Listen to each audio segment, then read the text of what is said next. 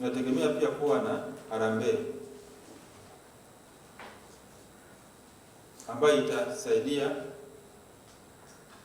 kusapoti au kuunga mkono juhudi za serikali katika kupanua huduma za kibingwa na kuwafanya wananchi wengi waweze kuhudumiwa na hizi huduma ambazo tumezianzisha, kwa sababu shida pia ya hizi huduma nyingi zina gharama kubwa.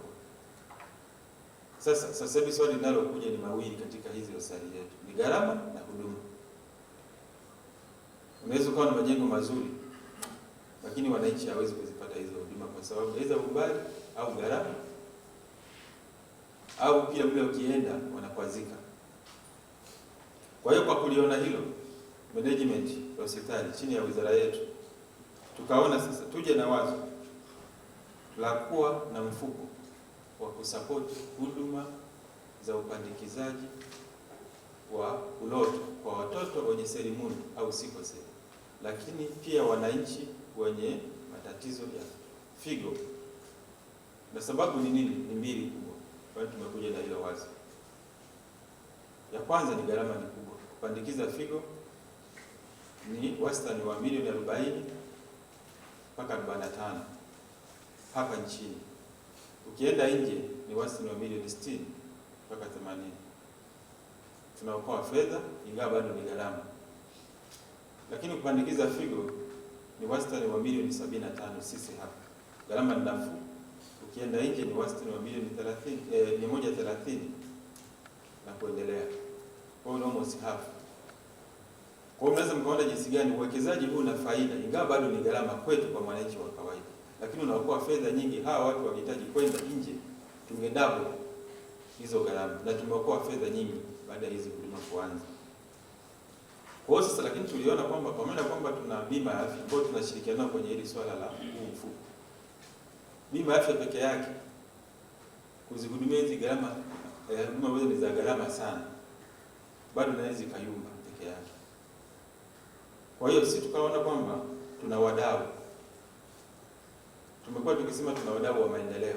Sio lazima wawe kutoka nje.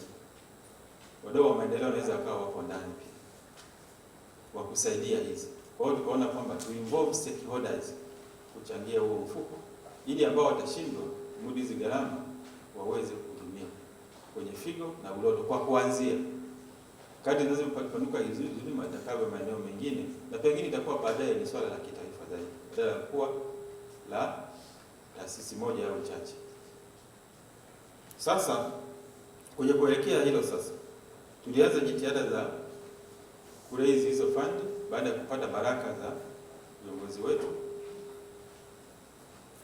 Tuweza kushirikisha pia wizara yetu, mkuu wetu wa mkoa na viongozi wetu wakuu na staff pamoja na serikali ya mapinduzi Zanzibar. Tuweza kwenda kumuona Mheshimiwa Rais na tupa nafasi ya kutusikiliza na kutuunga mkono kwenye swala letu hili.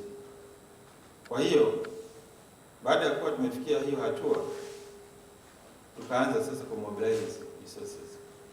Na focus yetu ilikuwa ni kufikia taasisi za umma zetu ambao tuna msajili wa hazina, taasisi za binafsi, kuna baadhi ya union organization, lakini pia tumefikia watu binafsi mmoja mmoja. Kwa hiyo lengo letu ni kuraise shilingi bilioni 7 ndani ya miaka miwili ambazo zitaenda kuhudumia wananchi ambao sasa hivi wako tayari. Tuna wagonjwa 50, takriban 50 wa uloto na 50 wa figo. Serikali imetupa fedha kiasi, lakini mahitaji yamekuwa mengi kwa muda mfupi, na ndio sababu hizo mbili, gharama na ongezeko la wagonjwa kwa muda mfupi baada ya kuzisikia hizi huduma. Kwa hiyo tukaona kwamba ili tusisubiri kibajeti kila wakati, tuwahudumia wananchi mapema kwa kushirikisha wadau. Na ninapoongea hapo kwa kweli wadau wengi wameitikia. Tunamshukuru sana msajili wa hazina, baadhi ya taasisi zake pamoja na watu binafsi.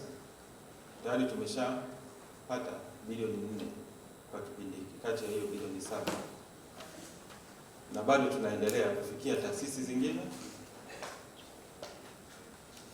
na bado pia hatujagusa sekta ya binafsi ambayo tayari pia tuko katika mazungumzo na mtu mmoja mmoja, lakini pia tuna support ya baadhi ya UN organization katika kutoa baadhi ya support. Nilielezea vizuri swala hii kuwezesha huu mfuko sio swala kwamba inaweza kuonekana geni kwetu. Watu wanaweza kuuliza maswali, kwa nini unafanya hivi sasa? Kuomba watu, unalipa kodi, unafanya nini? Naomba niwaombe Watanzania kwamba huu ni utaratibu ambao umezoeleka hata nchi zilizoendelea. Wadau kushirikishwa kwa hiari yao, kuchangia maendeleo yao. Kodi tunatoa, lakini mambo huwa yanaibuka kila siku mapya na demand zinaongezeka kuliko hata mipango yetu. Kwa natoa mfano, hata kwenye makanisa yetu tunatoa zaka, tunatoa sadaka, lakini likiibuka swala siku na ujenzi wa nini, bado tunatoa tena. Kwa hiyo jamani, tusiwe tu kwamba kodi zetu bado hapana, zinatumika, lakini mahitaji ni mengi. Hatuwezi kuacha wananchi wanasubiri mwaka kesho. Lakini kuna watu wenye moyo wa kutoa. Hawa ndio hata sisi wametoa kwa hiari yao. Kwa hiyo baadaye of course mifumo inaweza ikaendelea kuutunisha mfumo kwa kufinance zaidi.